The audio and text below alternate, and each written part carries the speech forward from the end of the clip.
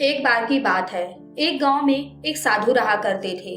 साधु की खासियत ये थी कि जब भी गांव वाले उनसे निवेदन करते थे बारिश के लिए, तो साधु नाचते थे, और जब साधु नाचते थे तो बारिश हो जाती थी। यह सिलसिला चलता रहा। जब भी गांव वालों को बारिश की जरूरत होती तो साधु से निवेदन किया करते थे, और साधु गांव वालों को संतुष्ट कर दिया करते थे। एक दिन शहर के कुछ नवयुवक गांव में घूमने के लिए आए।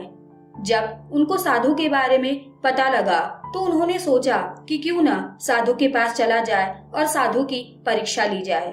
अक्सर नवयुवकों के मन में कई तरीके के सवाल होते हैं, क्योंकि जो इस तरीके की सच्चाई होती है, आज का युवा इनको आसानी से मानने को तैयार नहीं होता।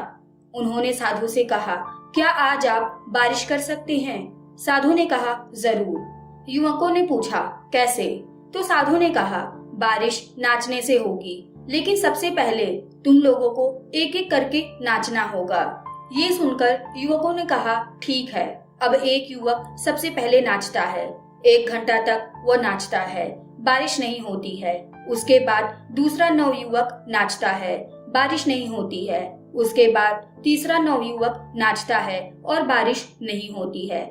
ऐसे करके 4 से 5 नवयुवक घंटों नाचते हैं, लेकिन अब भी बारिश नहीं होती है।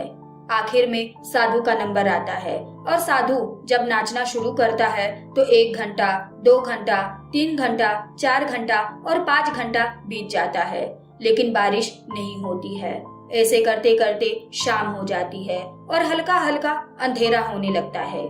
अचानक बादल गरजता है और बारिश हो जाती है। यानी कि साधु तब तक नहीं रुका जब तक बारिश न हो जाए।